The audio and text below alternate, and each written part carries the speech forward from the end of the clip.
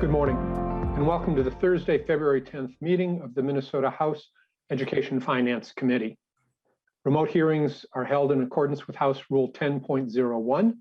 This rule has been posted online and is linked to in our public meeting notice on the House website. All remote hearings will be recorded and live streamed by House Public Information Services. Members have the contents of their packets available to them, and for the public, these same materials have been posted online. Members, if you're looking for all the materials in one place, they are attached to the calendar event you have that Ms. Burt sent for today.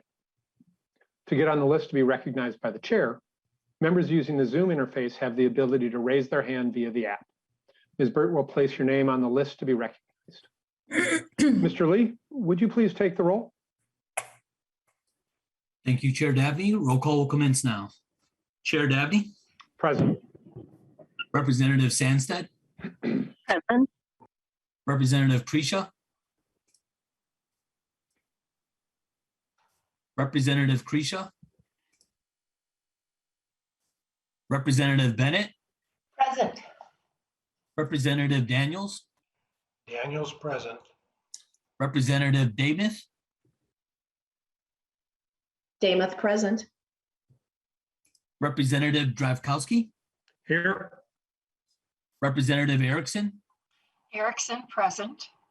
Representative Feiss. Present. Representative Jordan. Jordan present. Representative Marcourt. Representative Marcourt. Representative Mueller. Mueller present. Representative Richardson. Present. Representative Thompson. Representative Thompson present. Representative Wolgamott. Present. Representative Shum. Present. Representative Joachim. Present. We have 15 members present and that there is a quorum. Mr. Lee, would you please go back around to the members who did not respond on the first time through the roll call? Representative Krisha. Krisha present. Thank you, Chair Dabney. And then Representative Marcourt. Marcourt present. Okay. All right, that makes for 17 members present. We have a quorum. Thank you, Mr. Lee. Representative Feist, have you had an opportunity to review the minutes from Wednesday, February 9th? And if so, would you be so kind as to move approval of those minutes? Yes, I have, Mr. Chair, and I would move those minutes. Thank you very much. Any discussion to the Feist motion to approve the Wednesday, February 9th committee meeting minutes? Hearing none. Members, this is a voice vote. If you would please unmute. All those in favor of approval of the Wednesday, February 9th minutes, please signify by saying aye. Aye. Aye. All opposed, same sign. Motion prevails. Thank you, members. Members, today we will be receiving a walkthrough of the governor's supplemental budget proposal as it relates to the jurisdiction of this committee. Today we'll not take any action and we'll welcome public testimony at a later date when there is bill language for us and the public to review. We're joined by a number of individuals from the Minnesota Department of Education. Please welcome to the committee the Commissioner of Education, Heather Mueller. Commissioner Mueller, welcome. Good morning, Chair Dabney and committee members. I'm Heather Mueller, the Commissioner of Education. Thank you for inviting my team and me to the Education and Finance Committee today to present the Governor and Lieutenant Governor's 2022 supplemental budget. I first want to acknowledge the two senseless acts of gun violence that impacted the Minneapolis Public Schools community yesterday. Our students, families, and staff should never have to worry about the safety of their students on a school bus, outside of a school building, or inside of our school buildings. I'm going to be very honest, I'm angry, and I am sad that with these, I had to utter these same words about another school in our opening statement 8 days ago when we were discussing the need for increased mental health supports. During my statement 8 days ago, I said that talking about mental health was one of the many conversations that we will need to have during this legislative session about truly meeting the needs of the whole student and providing support to our schools. And this budget is our next conversation in striving to do just that. Because budgets reflect the values of the people who create them, the budget that we are putting forward today is a clear reflection of what we value in support of our students, our families, our staff, and our school communities. This budget includes funding for evidence-based strategies that first and foremost center students. In spite of the pandemic, Minnesota's economy has provided us with a once-in-a-generation opportunity to make life-changing investments in our public education system. This budget invests $788 million in fiscal year 23 and roughly $1.7 billion over the next biennium in our public education system. These investments provide supports to lift up all students, educators, and families by tackling the needs and challenges facing our school communities due to the pandemic, as well as those that have existed since before it. You'll hear from the MDE team about a range of student supports that puts academics at the forefront by not only funding programs targeting literacy, competency-based education, and access to rigorous coursework, but also invests in opportunities that support the individual needs of the whole student, like multi-tiered systems of support, meals for all students, full-service community schools, and culturally specific learning opportunities. We know that when schools have the resources that they need to provide targeted and well-rounded supports to all students, our students can thrive academically, and you'll see this theme throughout the budget. We've heard from almost every partner and every corner of the state, including in this committee, that the mental health of our students and educators must be a priority for the state in the wake of the pandemic, and frankly, the challenges that have existed regardless of the pandemic. This budget proposes proactive, systemic mental health solutions, including funding to increase student support personnel, early mental health consultation and screening, and funding for mental health services.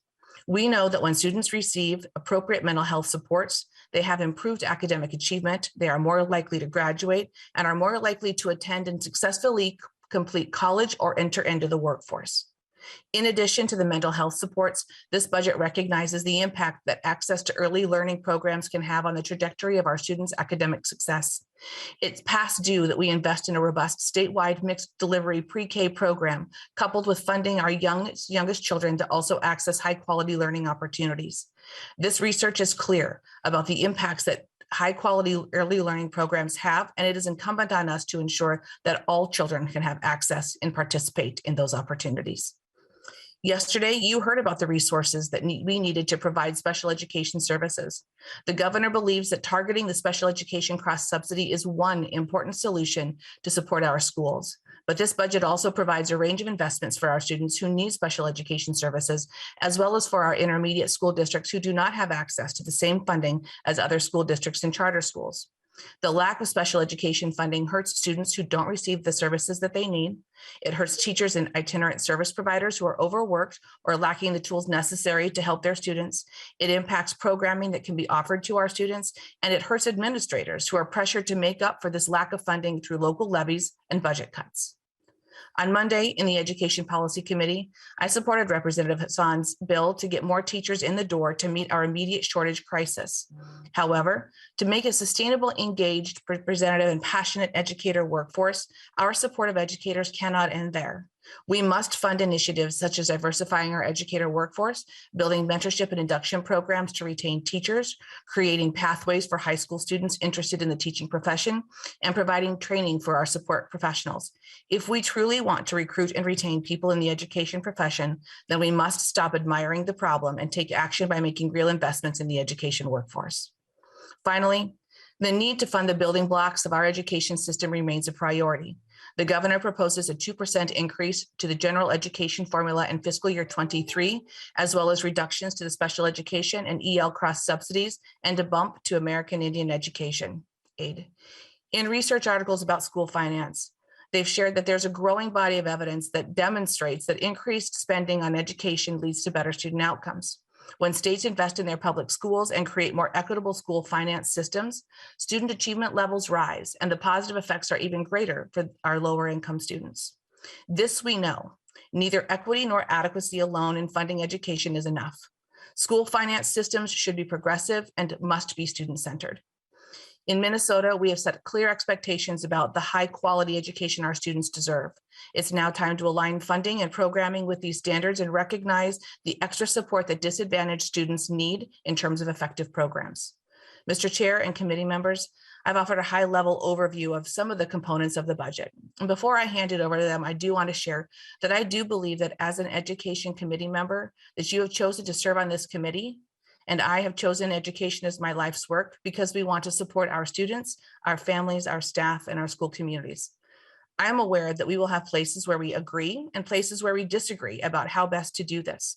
but I will always presume positive intentions, knowing that our why in this work is aligned, and that is based in our students. We have the opportunity to fundamentally shift the trajectories of Minnesota students for the better. Like I said 8 days ago, our students, our staffs, our families, and our school communities deserve better, and this budget is our opportunity to do better.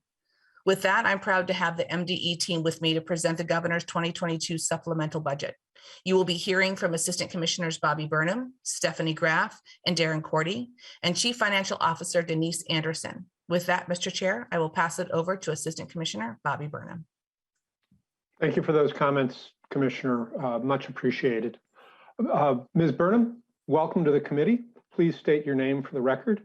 But before doing so, would you prefer that members hold their questions until after your presentation or that they ask along the way?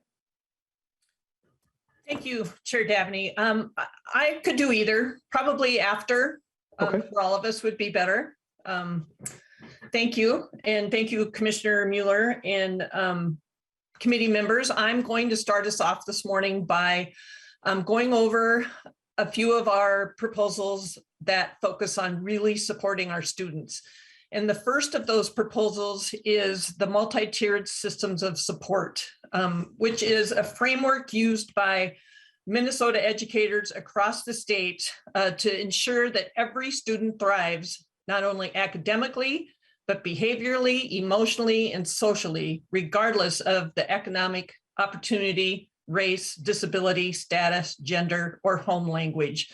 So we are proposing that we expand and scale up the work we're doing through our regional support system, which includes the regional centers of excellence, the early childhood special education centers of excellence, as well as the Minnesota cooperatives. We will continue and expand training and technical assistance and coaching to districts, as well as enabling validated evidence-based instructional practices across the learning continuum. The second of these proposals focuses on our bold literacy plan. We all know that Minnesota needs to be bold and act urgently with addressing the literacy achievement in Minnesota. So this funding will go toward implementing the Minnesota Bold Literacy Plan, which will increase equitable access to effective evidence-based literacy experiences for all students by ensuring school leaders and educators are trained in the science of reading. We'll also support effective implementation and measurement of instructional practices that are aligned to our state standards and utilize a data-based decision-making model through working with educator development, as well as evaluating resource deployment and policy. And we will also bring parents and community into this equation to help address the literacy achievement. And the third piece of this piece of supporting our students is around offering culturally specific learning opportunities through a grant program to schools, which could include partnerships with community organizations to build out class offerings and to support implementing coursework focused on culturally specific education opportunities. And with that, I'd like to turn it over to Assistant Commissioner Stephanie Graff. Great, Mr. Chair, members of the committee, thank you for having us, and thank you, Bobby. I'm going to talk about a few additional pieces within the area of supporting our students. And so I know Megan's going to pull up the PowerPoint here as well. I'm going to start with competency-based education. Maybe I'll just give it one moment. Thank you.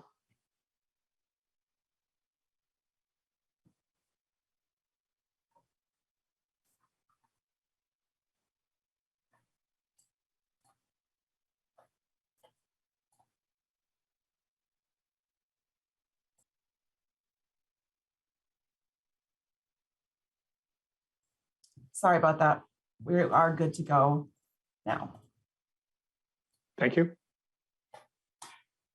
Mr. Chair, thank you very much. I think we'll start with expanding competency-based education. And so really thinking about an opportunity to invest in a student-centered, really personalized system of learning for our students, oftentimes referred to as competency-based education, really ensuring that there are, opportunities for school districts through grant funding to ensure we're empowering students in their learning, creating learning environments that are flexible for students to master content, allowing for opportunities for students to have varied pacing at different times in their learning, and really individualizing our pathways on behalf of our students across the state, and then building local assessments to measure this within the context of our school communities as well. And so this really would be an opportunity for our school districts to apply for grant funding, to be able to implement this kind of a local competency-based system, and then think about MDE's leadership and support in this area as well.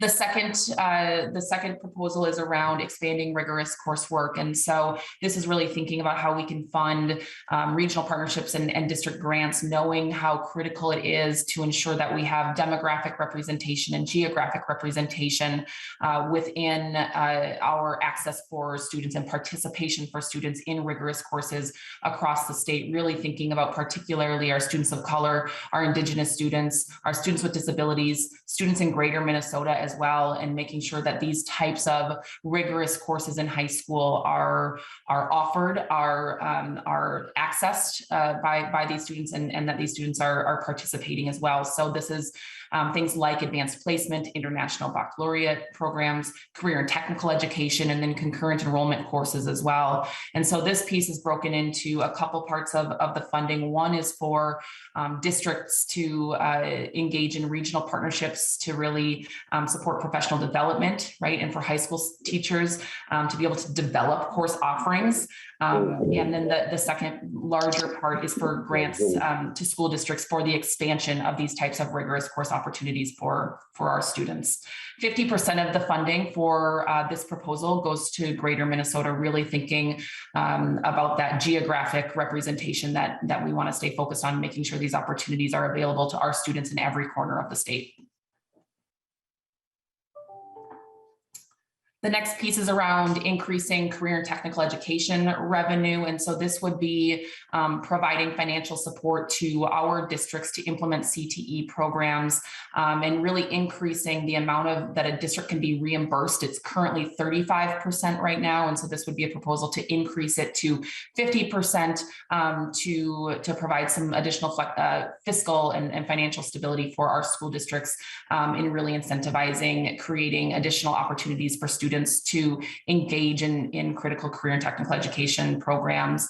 And then the second part of this is really thinking about breaking down a barrier that we know is in place around transportation for students to access and participate in work-based learning opportunities, which we know are opportunities that we want to create for our students. And so thinking about creating a reimbursement program specific to transportation for students to be able to engage in a variety of experiential learning and work-based learning opportunities through our CTE programming in districts across the state. The next one is around supplemental enrollment. This is a bit of a technical fix, but it's really focused on ensuring that we have equitable access for our students across the state in our supplemental online learning courses, particularly focused here for our students. Approximately last year, 676 students that were enrolled in our tribal schools, our Bureau of Indian Education schools across the state. There are 4 of them. And so we want to ensure that students that are in these schools have the same opportunities to engage in supplemental online learning courses, should that be something that they choose and their families choose, just like all other students across the state can access. The next one is the paid high school equivalency test. And so this really is focused on the goal to ensure that anyone that wants to earn a high school equivalency diploma in Minnesota can do so, right? And not have the financial sort of burden or the cost of the test be a barrier for this to happen. And so we currently cover only a portion of the test. This would be a proposal to cover the full battery of tests for our adult basic education programs across the state, up to $144 to really provide that full cost in this program. The next one is around an online learning applications sort of spending authority. This is a bit of a technical fix, but one that we feel is important. We do at MDE collect $250 in statute for online learning applications, which is required. And so what we want is to ensure that we have some authority to spend those dollars. Right now. We do not. And so we want to take that revenue that we're required to collect, and we want to put that right back into the program and supporting quality online learning programs for our school communities across the state. So this could look like partnerships with research organizations or other organizations, really thinking about partnering with outside experts, right, to validate and to support our online learning leadership and technical assistance and training that we are able to provide. So really just making sure that we are given the authority to spend the money that we're currently collecting to feed it right back into the program and focus on improvement and quality opportunities in our online programs for our students in Minnesota.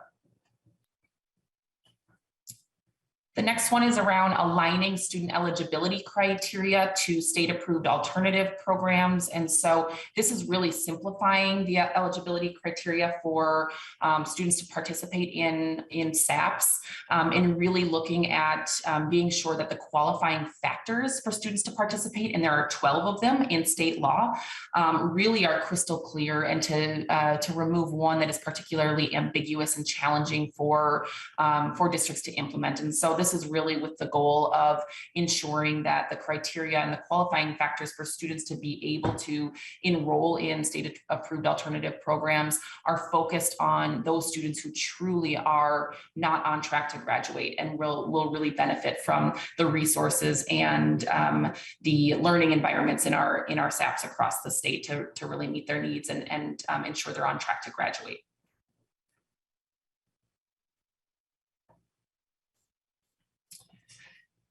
This slide, and I believe the next one as well, Mr. Chair and members, outlines the dollar amounts per fiscal year for each of our proposals. And so, certainly take a look. This is just giving a 4-year outline of the amounts that we would propose within each of the areas that Assistant Commissioner Burnham and myself just talked through.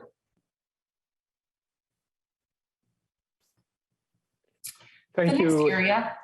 Oh, pardon. I thought you completed. You paused just long enough. I'll let you proceed. My apologies.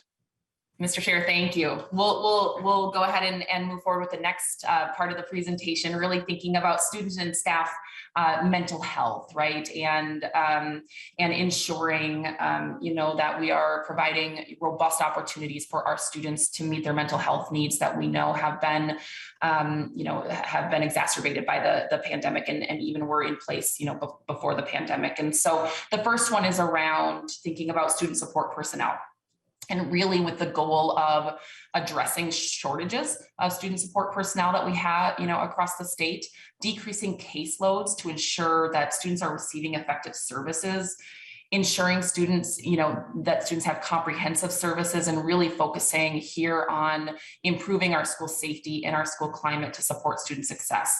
And so when we talk about student support personnel, and I know my colleague Heather Hirsch is able to give this committee a more in-depth overview of some of these proposals too. So I'll just hit some of the high notes. But when we talk about student support personnel, we're talking about critical supports for students with nurses and counselors and social workers and school psychologists and chemical dependency counselors.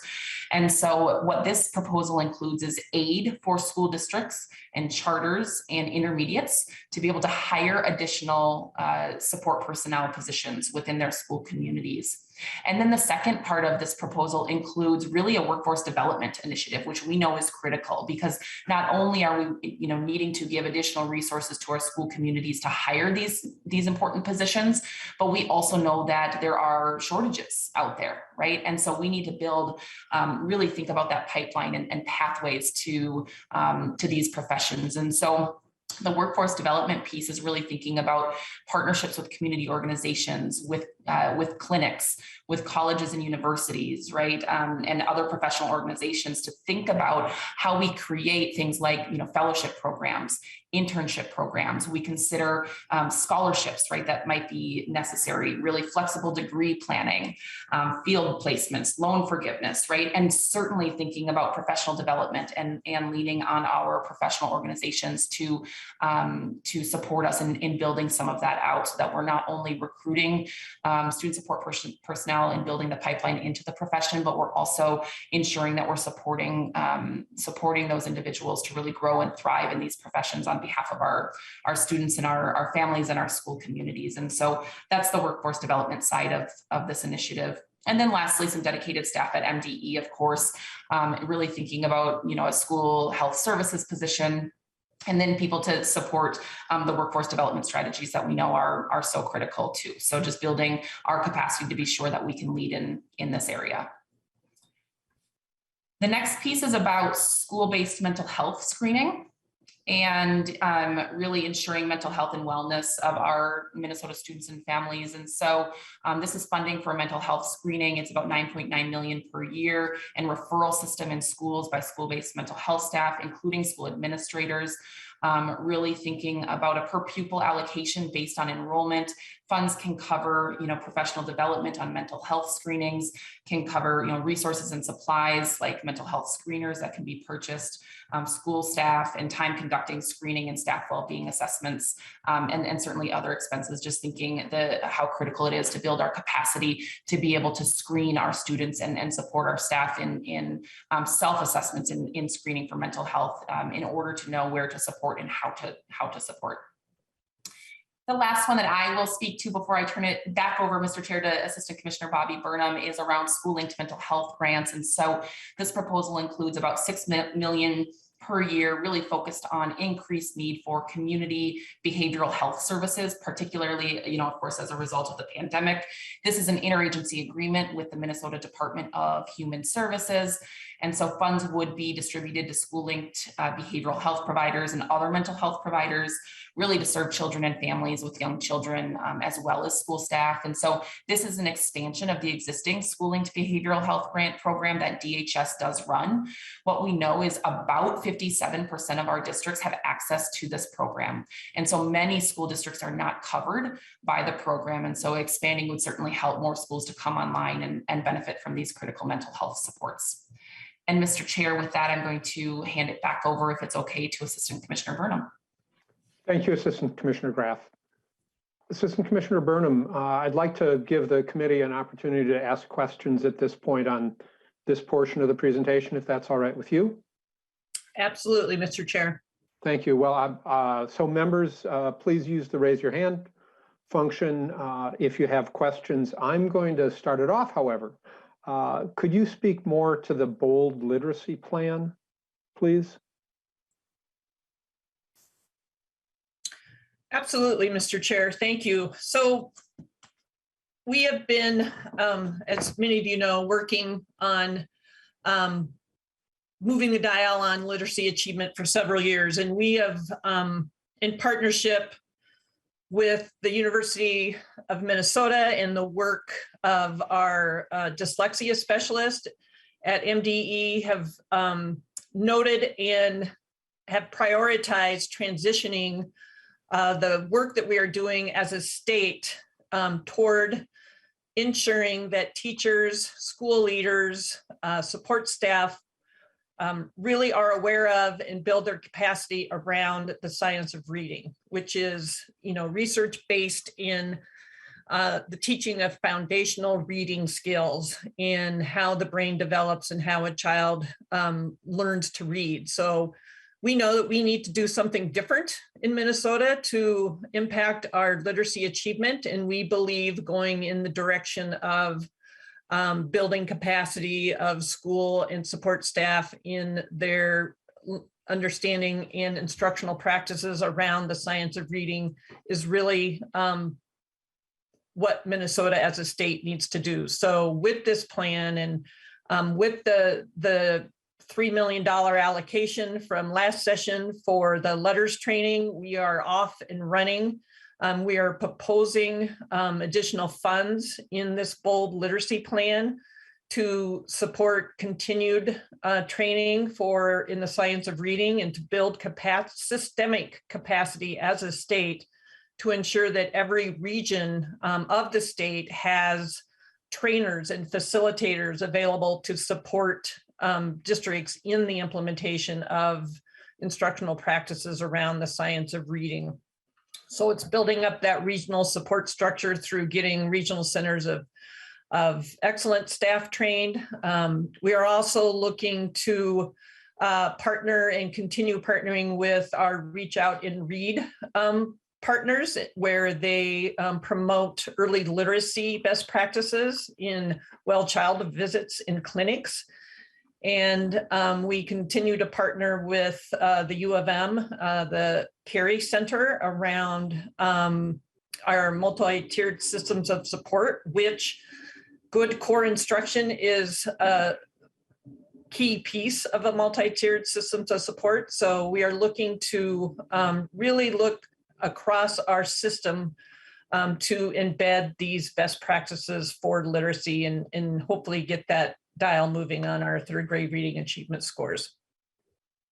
Thank you very much. You not only answered my first question, you answered my follow-up question as well. So I appreciate the efficiency. Representative Mueller. Thank you, Chair. And my question is for, I lost her on my screen, Assistant Commissioner Graff. I was listening to you talking about the CTE a portion of the governor's budget, and I have been talking several times to my superintendents about the need for students getting out of the classroom and experiencing apprenticeships and on-the-job training and all those things. When I asked them about CTE training and investments, they said, we have invested so much money in CTE and have gotten almost nothing from it. So here's my question. I love that we have a focus on this. Can this CTE money be used for something not just in the classroom, but for, I saw that was there's something for the transportation reimbursement program, but can that also be used for something outside like an apprenticeship program, not just for transportation? Is there some way that a school could invest in that as well? Assistant Commissioner Graff. Mr. Chair and Representative Mueller, thank you for the question and appreciate you bringing it up. We absolutely want to ensure that we are providing out of the classroom real opportunities for students to engage in internships and apprenticeships and on-the-job training, right, and experiential learning, and so and having sort of those work-based learning opportunities in a variety of career and technical education fields. And so the answer is yes, that the revenue here not only, so what we are proposing is that there would be a separate transportation reimbursement fund, because we know that has been a particular barrier, but the other sort of pot of CTE revenue certainly can be used to provide these types of work-based learning and apprenticeship and internship opportunities for our students, and certainly would be supportive of doing that. What we're really looking to do here is increase our reimbursement so that school districts can expand these opportunities for students. Right now, they're reimbursed, I believe, at like 35%. And so we want to bump that up to 50% so that more of these opportunities that you're talking about, Representative, can be provided for our students across the state. Representative Mueller, follow up? Thank you. Thank you, Chair. Thank you. Representative Thompson.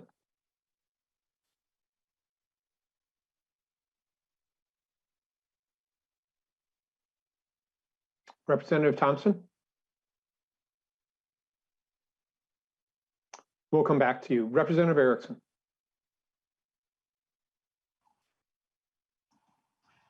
Thank you, Mr. Chair. Whoops. Yeah, I guess I'm unmuted. Thank you, Mr. Chair. These questions and comments are for Assistant Commissioner Burnham. Go right ahead. So this is an ambitious agenda for an off-budget year, and I'm just amazed at how many additions have been made. And I'm wondering, were parents involved at all in your decision-making about expanding much of what is listed in the supplemental budget in regard to programs and changes. Because I remember when I was in the classroom, we teachers just prayed that we wouldn't have anything too overwhelming to do because, for example, now there needs to be catch up among our students. And that's true at every level of education, K-12. So were parents involved in this ambitious agenda in an off year? Because I'm not sure how you're going to get it planned for the start of the next school year. Assistant Commissioner Burnham. Thank you, Chair Dabney. Representative Erickson, we've been listening to stakeholders and parents over a number of years regarding the need to do something different with literacy achievement around the state. So we have had numerous conversations around what that looks like. We have talked to teachers. The science of reading is being implemented on a statewide basis in many states with really good results. So Minnesota is at a point, given the support from the session from last year with the $3 million to begin that journey of getting educators trained in the science of reading. And many districts are even doing it on their own. So we are going to build capacity as a state to go down this journey of the science of reading and to get as many educators and school leaders and administrators all going down this pathway of ensuring that readers, regardless of the age, starting before kindergarten and going through a high school, that they have the support and the evidence-based instruction needed to ensure that they are reading proficiency. Representative Erickson. Thank you, Mr. Chair. Well, Assistant Commissioner Burnham, I've done the initial training in letters, and you know that's like 145-hour training. And I'll tell you, letters is it's tough. You know, you just have to master it quickly but thoroughly. So you know, the time element just concerns me, not only as a former teacher, but as a policymaker and as a parent and grandparent as well. You know, time is so important in our educational system. And whenever we have something else that we add, and I love the letters training, but it is strenuous, it is difficult. And so to achieve that going into the next school year is really going to make teachers preserve some time, some off time to do that training. But I'll get off that topic and I'll continue to be concerned about that. But in competency-based, I know I've asked Adosh Uni this question. Why is there no, and I think it's because we don't have much competency-based yet, but why is there no reporting of how many students in a district are involved in competency-based so we can track that kind of funding differential? I'm concerned about that. You don't have to answer that now. I just want it on your radar, because if we move to a more competency-based system, we do need to know, you know, within a district, how much of that funding is geared for that kind of educational experience. And finally, are you able to provide us with a list of staff who work in these regional centers, whether it's early childhood or it's the other regional center of excellence, so that we know to what extent these are professionals assigned in the right area to help our districts? And I look forward to just receiving that by email. Thank you, Mr. Chair. Thank you, Representative Erickson. Assistant Commissioner Graff, would you like to respond to the question on competency-based education? Mr. Chair, this is Commissioner. Heather. Yes, would you be okay with me? Absolutely. Thank you, Mr. Chair, and thank you, Representative Erickson. You are absolutely right. So we do want to make sure the reporting pieces. I'll start with competency-based. The reporting pieces around being able to ascertain like the amount of focus on competency-based and how those are aligned is something that, as one We know that we have school districts across the state who are implementing. So that is something that we do need to be able to collect the information on. And as we move down the road of increasing competency based across the state, that it will be an important component. And so we do want to make sure that we are able to measure the success, the places where we're finding success and where we need to be able to improve. And so I appreciate you bringing that up. And that is something that we would definitely need to be able to include, and are partnering with, in all of these instances, are partnering with Carrie and the University of Minnesota to ensure that we also have evaluation of each of these programs, to make sure that, again, we can not only progress monitor and see where we are at in the process, but I have a sense of where we are going in the goal. So that way we have the research to be able to support and the evidence to support that what we're doing is working or not working and what we need to change. So I appreciate you bringing that up. I think the question that the third piece, I think, that you had actually asked around the list of regional centers of excellence and the information, I believe that is on its way to you. We have collected that information and are have that ready to be able to share with you. And then going back to your first question, talking about literacy and the amount of time that it would take for bold literacy as well as letters, I think is a really important component. We do know that any type of professional development, it happens outside of the classroom, and that time is precious because our teachers are tending to prepare for what they are doing with the students that they have in front of them. We did, luckily, because we utilized some of the funds that we had allocated to the Department of Education through ESSER, I'll begin to launch the bold literacy, and letters is one component. It is an intervention that is identified within the bold literacy, but it is not the entirety of the initiative and the approach to science-based reading. And so it really is looking at the practices that are embedded within that and being able to build around that. And so it's not a requirement. It would be something that, as you know, schools and individuals at this point are able to opt into letters. And so we are working with schools across the state at this point in time to be able to build and implement the bold literacy plan, which is inclusive of a pre-K through grade 12, really looking at the embedding of the science of reading and then the intervention of letters. And so it is a slow enroll, but we want to make sure that as more and more people are investing in that literacy and around the science of reading, we want to make sure that we have the supports in place to be able to do that and to support them in that work.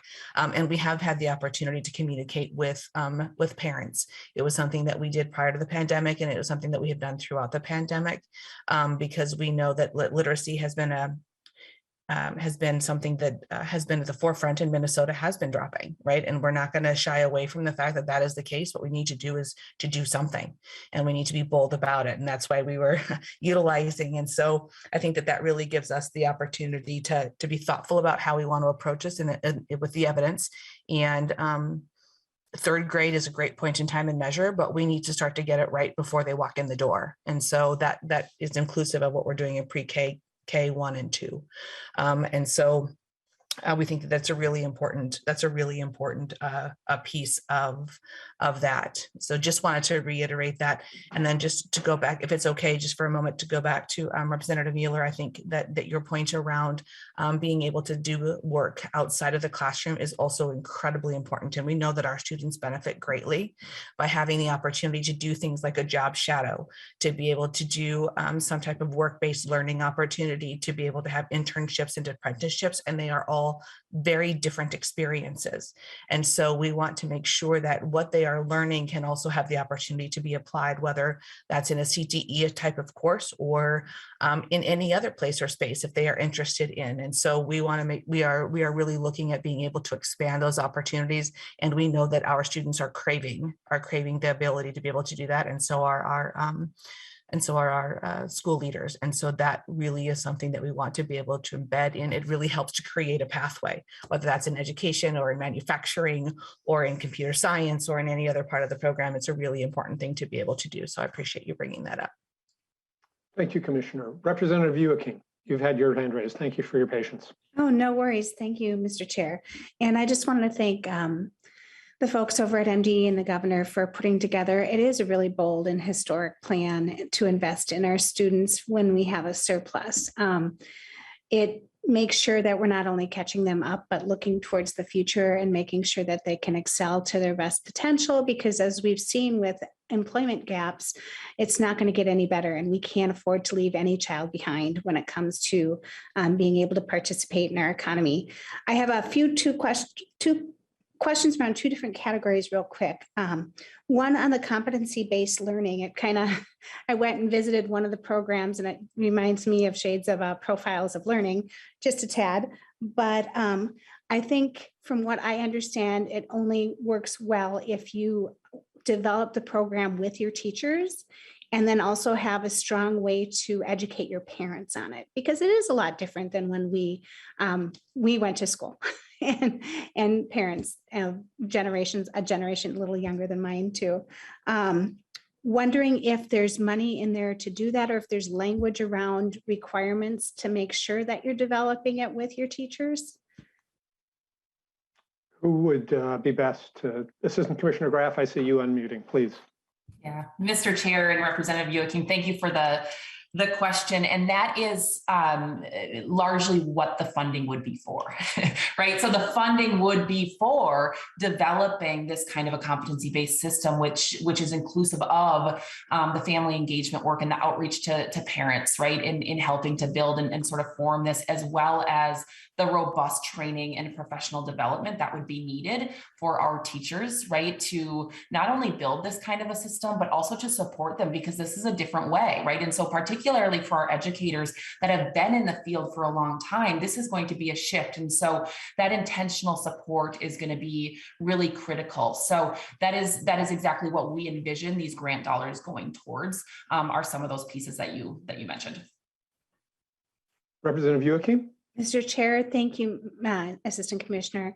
I also like to lift up what Representative Erickson said about collecting data around this too, because we want to make sure that there's space for all different learners in that competency-based model, and that kids aren't being kind of pushed out or left behind.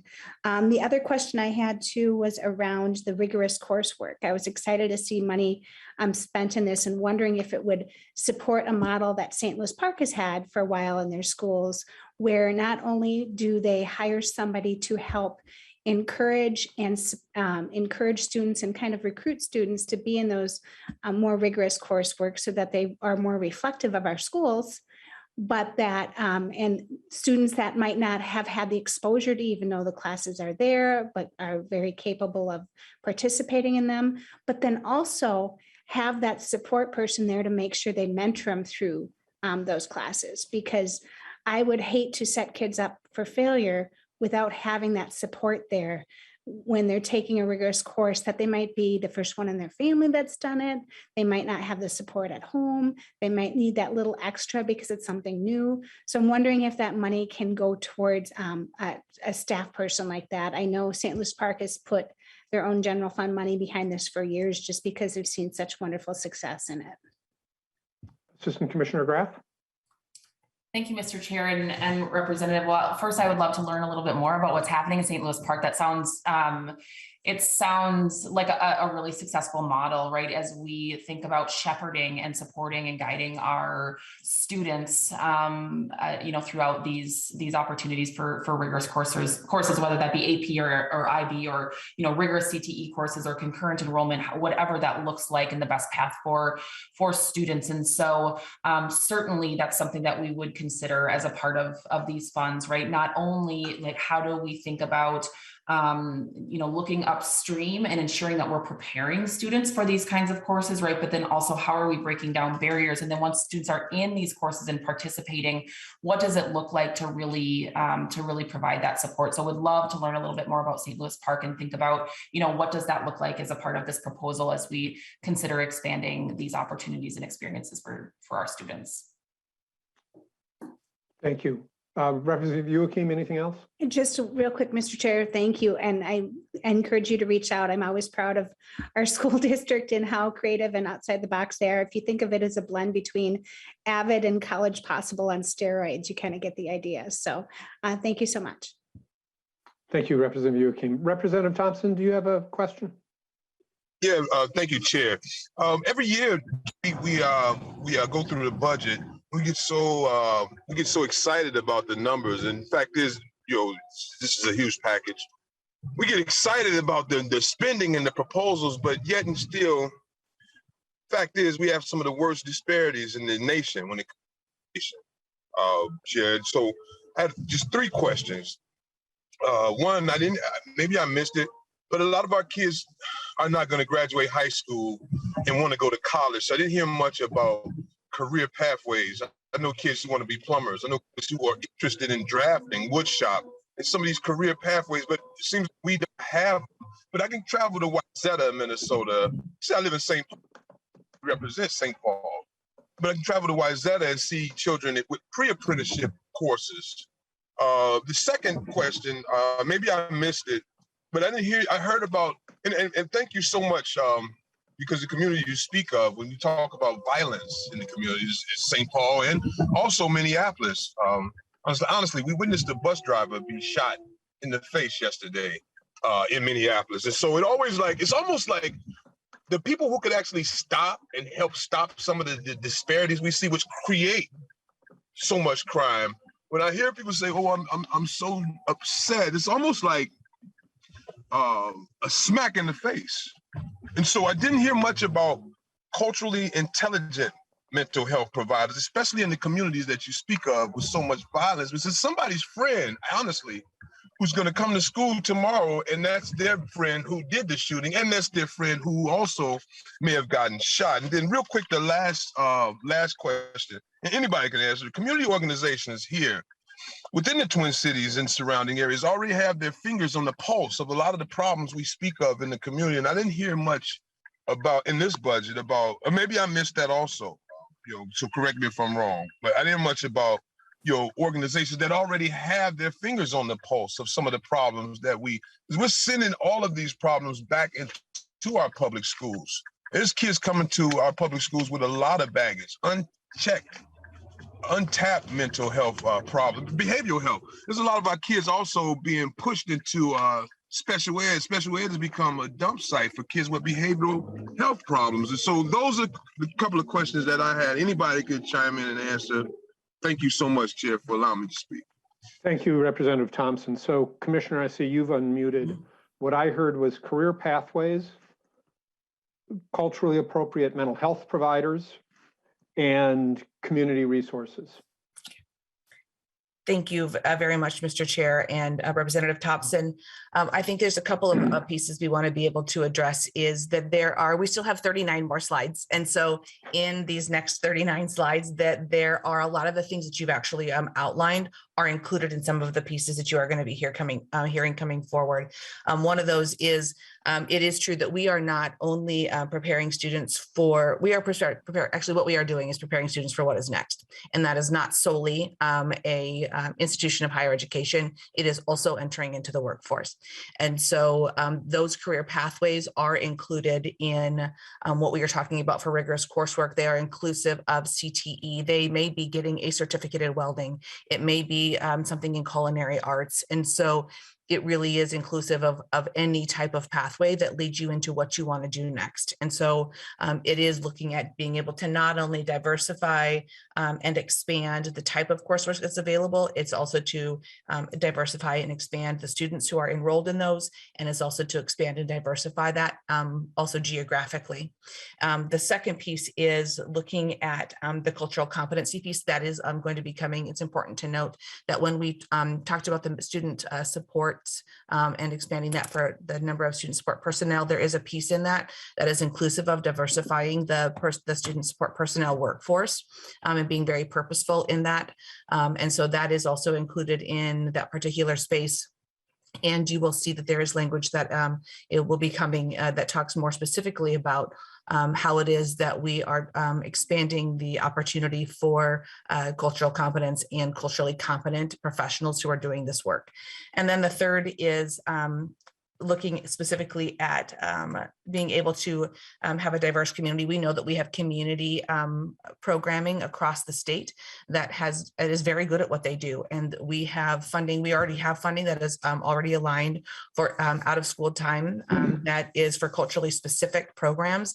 That is included in this budget as well. And that will also be coming in the next set of slides that we're able to present. So you will be hearing more about them. They are incredibly important points. And we have been really deeply thinking about making sure that we have those areas of focus, because you're right, is that that these students and that are impacted are in school today, and they are grieving for their bus driver, they are grieving for their friend, and they are grieving for the person that may have been involved in any of these places or spaces. And so they are things that we are deeply thinking about.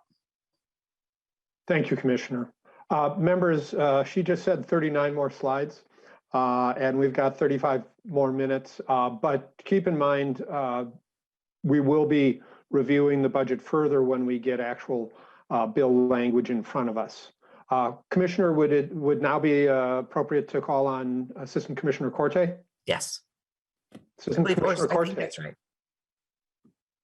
Welcome to the committee. Please state your name for the record and proceed with your testimony. Thank you. Thank you, Mr. Chair. Darren Corte, Assistant Commissioner at MDE. I am here to talk about our special education proposals, as well as a proposal that we have around school nutrition and school meals. So I'll just give Megan a second to get the PowerPoint back up. Darren, I believe that Bobby is actually going next. All right, I will go back off and wait my turn.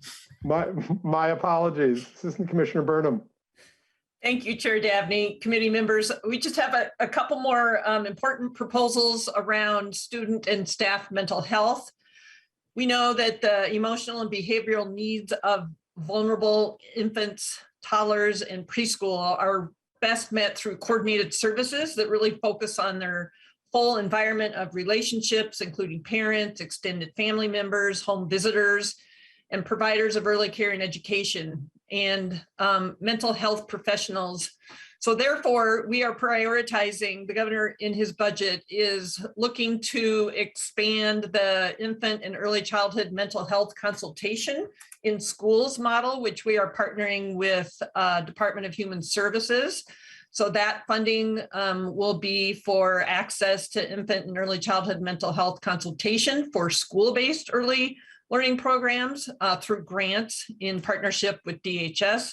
And then we are looking to further support funding for social workers who really are solely focused on the early childhood care and education system, such as early interventions and supporting the work that Head Start and Early Head Start are doing in this field.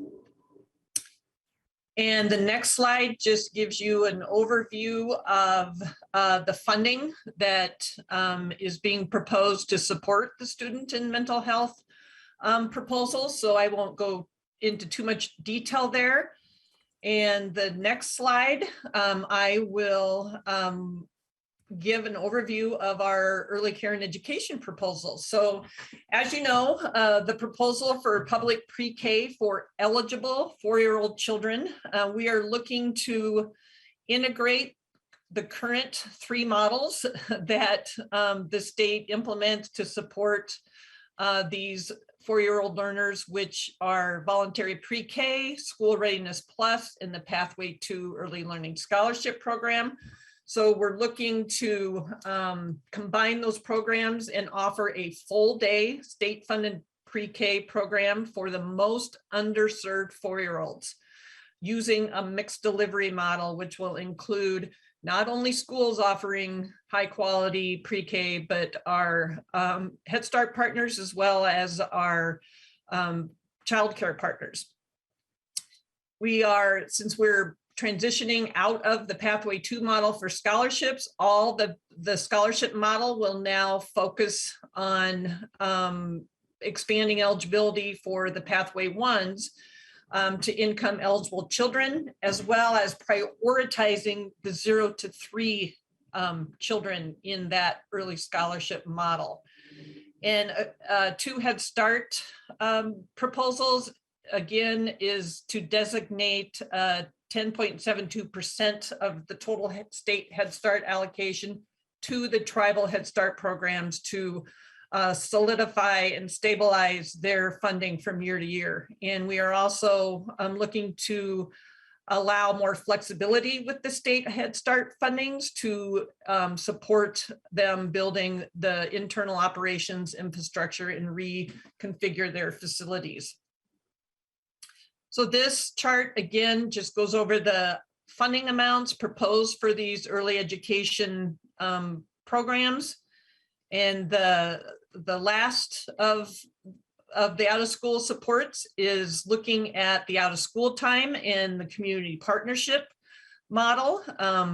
These grant programs were really intentionally designed to meet the July 1st, 2022 statute that has that must require process and to measure and report on the effectiveness of education program grants for the pre-K through 12 education programs. So the out-of-school time community partnership program is certainly one of those funded grant programs, as well as the after-school grant program, which is the effort to reestablish the after-school grant learning community grant program. And this funding will provide grants to connect schools and communities so that they can offer after-school programs that meet the needs of students and their families. Funding will be used to contract with Ignite After School to build a statewide system of support so that all after-school program providers have access to professional development and technical assistance. And then we are also looking to expand the very effective full-service community school model across the state. And with that, this chart gives an overview of the funding we are proposing for those programs. And now I will turn it over to Assistant Commissioner Darren Cordy. Assistant Commissioner Cordy, good to see you again. Please introduce yourself for the record and proceed. Thank you, Mr. Chair. Darren Cordy, Assistant Commissioner for the Office of Student Support Services at the Department of Education. Again, I'll be speaking to our special education proposals as well as a nutrition proposal that we have. On your screen, you'll see the first item we have is some additional funding for special education setting 4 sites. These are sites where 100% of the students at the site are receiving special education services, and these tend to be the sites where our highest need students reside and receive services. And we've heard from these sites and in particular intermediate districts and our cooperatives about the need for additional funding to serve these students, particularly in and coming out of the pandemic. The next item is about reducing funding disparities for young children with disabilities. Currently in our funding formula, there is students with disabilities actually generate less revenue for schools than students who are non-disabled. So this recommendation makes that change, as well as making changes to the eligibility of English learners and school breakfast programs to include early childhood special education. The next proposal is a change to the severe or specific learning disability model and transitioning to a statewide multi-tiered system of support model. Currently, schools have the option of using what's called the discrepancy route to identify specific learning disabilities. Critics of this route say that it requires school districts to wait before they're able to intervene when a student is showing learning issues. And so this would give some funding, some training, and some time to transition to a statewide model of multi-tiered systems of support, which would allow schools to identify, allow teachers to intervene earlier when they're seeing issues with a student's learning, and hopefully prevent the eventual identification for special education services. The next item is around extending the age that students can receive disability services until they turn age 22. Currently, under state law, a student can receive services through the school year that they turn 21. So this creates An inequity for students who turn 21 late in the school year, they receive less services than a student who turns 21 earlier in the school year. And so this would just make it consistent for all students that they receive services until they turn 22. This next proposal would establish a visually impaired graduate program in the state of Minnesota. Currently, we do not have a licensure program in the state of Minnesota for teachers to receive a licensure for teaching students who are visually impaired. So this would create some funding to establish a program at an institute of higher education within Minnesota. And then the program after this funding would continue to move forward through tuition. The next item is around intermediate school district mental health grant program. This is a temporary program to pay for contracts with qualified responders to perform tasks and services to improve mental health outcomes for students attending intermediate school districts or service cooperatives that provide instruction to students with disabilities in those federal instruction level 4s. And again, this is something that we heard as a need from the intermediate school districts directly. Another piece for the intermediate school districts would be grants to the intermediate districts for establishing and maintaining full service community school models, and also providing professional development to their teachers and staff. Another item in the budget would increase funding for students in residential treatment programs. During the summer, they would be eligible to generate categorical extended time revenue for the instruction that they receive. Currently, only students enrolled in state approved alternative programs and 2 residential programs are eligible to generate extended time revenue. So this would expand it to all residential settings. And then the next piece is around education, life skills, and vocational transition programs. Under the federal funding that we received through the ARP, we were able to provide some additional funding for districts and charter schools around secondary transition programs to provide for life skills and vocational skills training for students 18 to 21 years old with disabilities. So this would continue that funding through state funding and would allow hiring or contracting of staff, providing instructional resources, technology, coaching, and other supports for employment. And then these are the appropriations for each of the fiscal years that you can take a look at.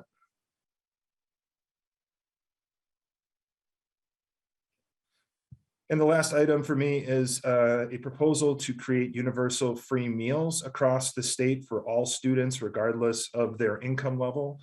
As you probably know, during the pandemic, the U.S. Department of Agriculture has provided waivers that allows the state and schools to serve free meals to all students.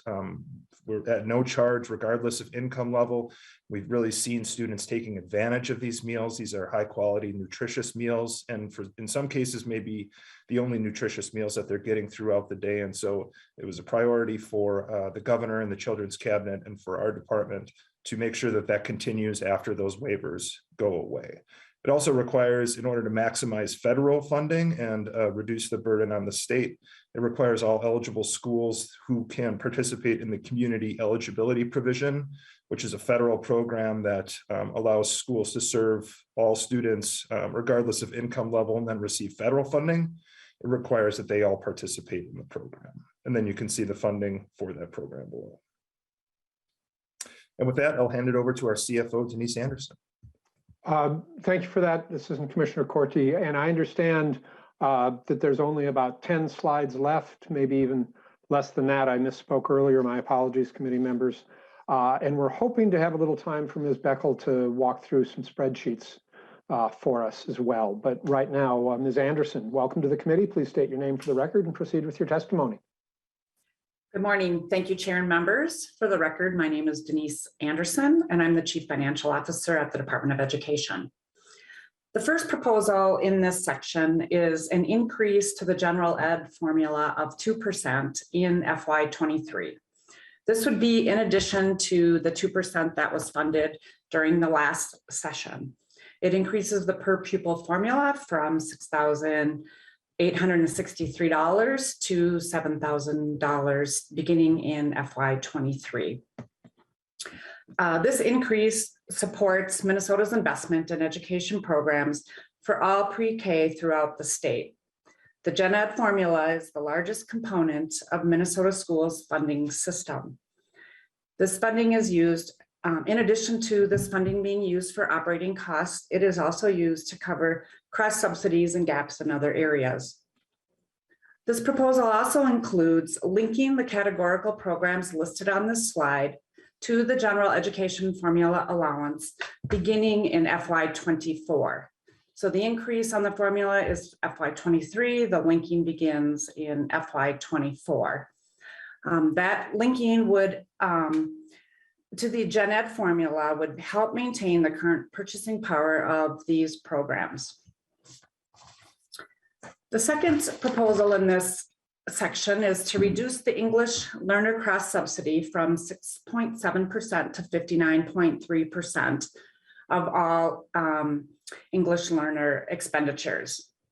The EL funding formula was enacted in 2003, effective for FY 2004, and has remained flat since that time. The committee heard on Tuesday about the resources that are needed in this program area. In addition, the proposal includes funding to reduce the special education cross subsidy. This proposal would reduce the increase the aid from 6.43% to 12.14% of the cross subsidy. And again, in the 2020 session, there was some one-time funding provided for FY22. The committee also heard earlier this week, about the funding that was needed in this area. On the next slide, we have the proposal to increase the American Indian Education Aid and clarify the use of the Indian Education Aid funding. The aid would, this proposal increases the base funding from $20,000 per district to $40,000 per district for up to the first 20 students. Just as a reminder, each student above the 20 students generates an additional $358 per student for the district. In addition to, this funding is used to enhance the American Indian education programs and to build sustainable programs that are culturally and academically tailored to American Indian education students. This proposal also includes a technical fix to clarify that the aid must be prioritized on program and services for American Indian education students. This clarification will have a positive impact on American Indian students, and it will be easier to evaluate those programs going forward. The last two items on this slide in this section are holding the ABE formula, holding the growth formula harmless. This again, also a technical fix to provide clarity on the ABE funding growth formula. This proposal clarifies that the statute does not intend for the appropriation to decrease. It's a growth formula, so it would be either zero or the extent of the growth rather than any decreases. We're seeing right now as a part of COVID, the average growth rate is now less than 1. So we just need to clarify that this is a growth formula. And lastly, we have the compensatory spending at the generating site. This proposal increases the amount of compensatory revenue that must be spent at the site generating the revenue from 50% to 80%. This change will more closely align the revenue that sites have generated to the revenue that they've generated. And that is, then this last slide, as in the other sections, kind of lays out the fiscal impacts for each of the areas. I'll pause for questions before turning it over to Assistant Commissioner Stephanie Graff. Thank you, Ms. Anderson. Members, any questions?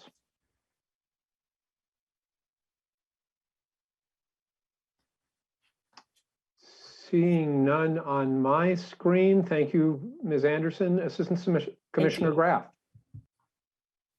Thanks, Chair Dabney, and thanks, Denise. Mr. Chair, I know we're running short on time, so I will go through these last 3 slides, as fairly quick and kind of high level. And I know you want to get to another presenter as well. So the first one, so we're getting into the last sort of bucket of our budget proposals around supporting our educators. And so the first one is expanded funding for the Grow Your Own program. And so really thinking about this sort of in 3 buckets. The largest one, really is we had significant demand with the increase of Grow Your Own the Grow Your Own dollar amount last year, significant demand, and we're not able to fund many of the requests that came to MDE. And so we want to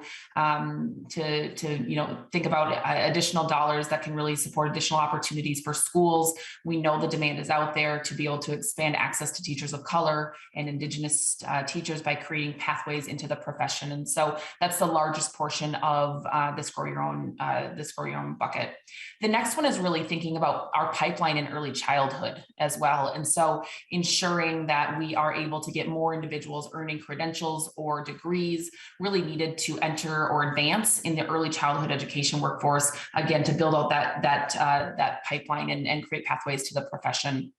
And then the last area is really of this Grow Your Own proposal is really around teacher shortage areas. And so thinking about diversifying the workforce and knowing there's a demand with the request, thinking about early childhood, and then lastly, teacher shortage areas. And so a smaller amount as well for pathways for shortage areas that are identified by PELSB that could include career and technical education, pathways that could include special education as one shortage area. It could include world languages and potentially other shortage areas to think about how we're creating opportunities to meet the workforce needs in these particular areas that we know there are shortages across the state and in particular parts of the state as well.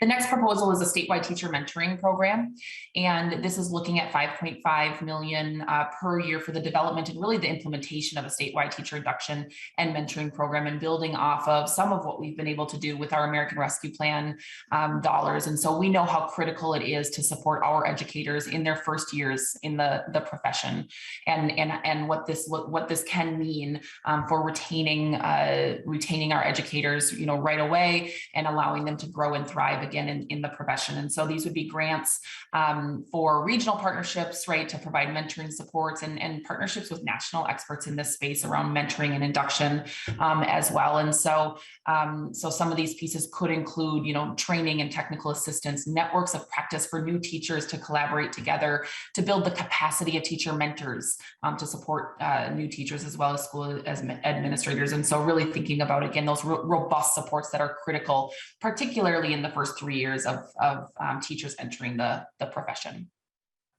The next one is around educator career pathways. And so this would be really looking at how we can encourage middle and high school students to become educators by creating opportunities for high schools and along with post-secondary institutions as well. And so this would be inclusive of grants to school districts to establish educator career pathway program cohorts for students.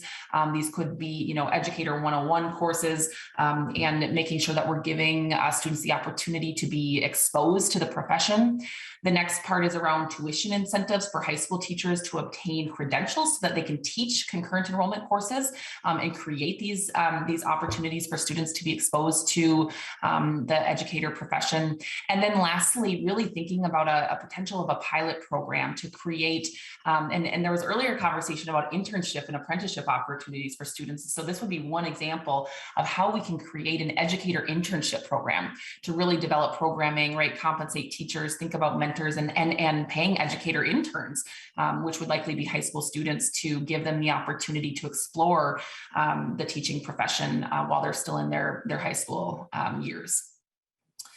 The next proposal is recruiting and retaining educator support professionals, knowing how critical our ESPs are in supporting the needs of our students. And so this is really thinking about funding for the 20 hours of training for education support professionals, serving students particularly that are receiving special education services, and reducing the financial burden of the exam fees as well. So this would be reimbursement for expenses really related to, again, that required training, and then fees for like the para-pro or para-educator online or in any other sort of exam that is a prerequisite for employment as a paraprofessional, and really also encouraging to recruit from former ABE graduates to serve as paraprofessionals, and thinking about how we connect our ABE system to careers in education as well.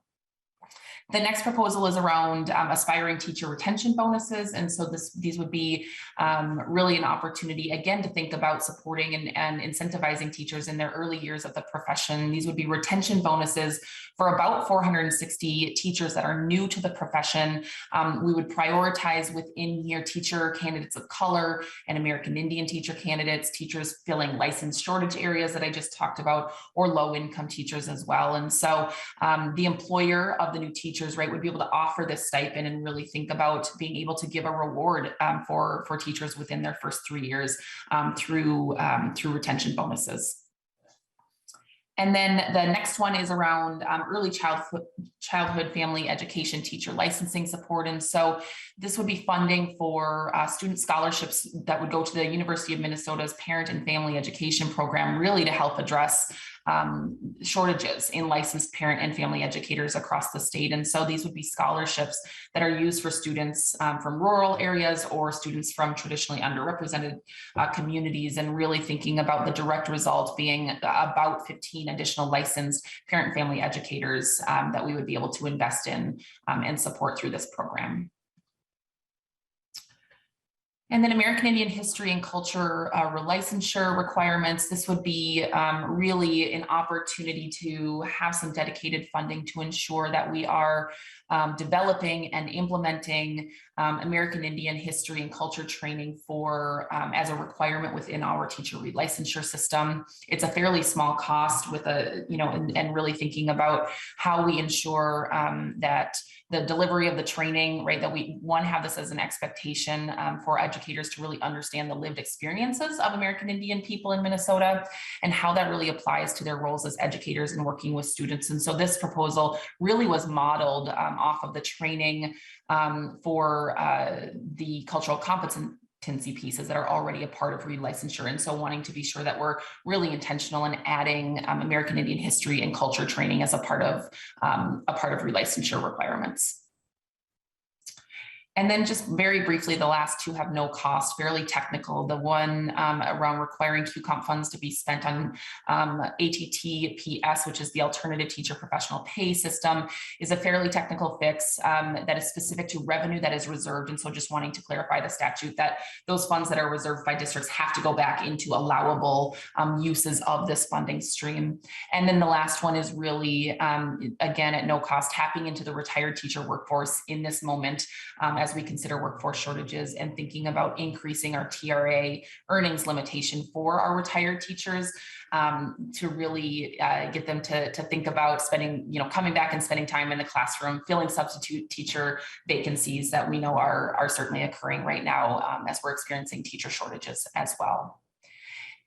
And I'll just mention these are, again, the slides with our dollar amounts per fiscal year on each of the proposals within our supporting our educators bucket of our supplemental budget.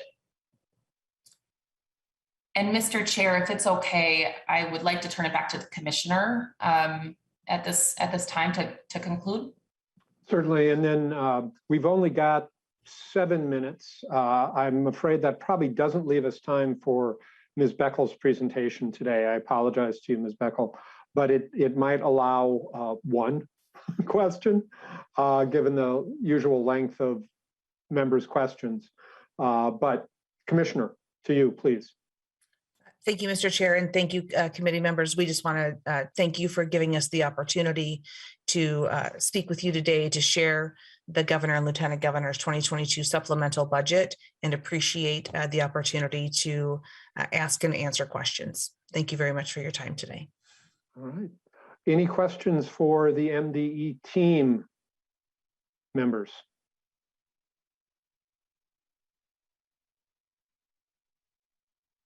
As a reminder, when we receive bill language, it'll be introduced and we will hear it at that time, which will give us opportunity to review in greater detail these proposals from the lieutenant governor and governor and ask further questions at that time.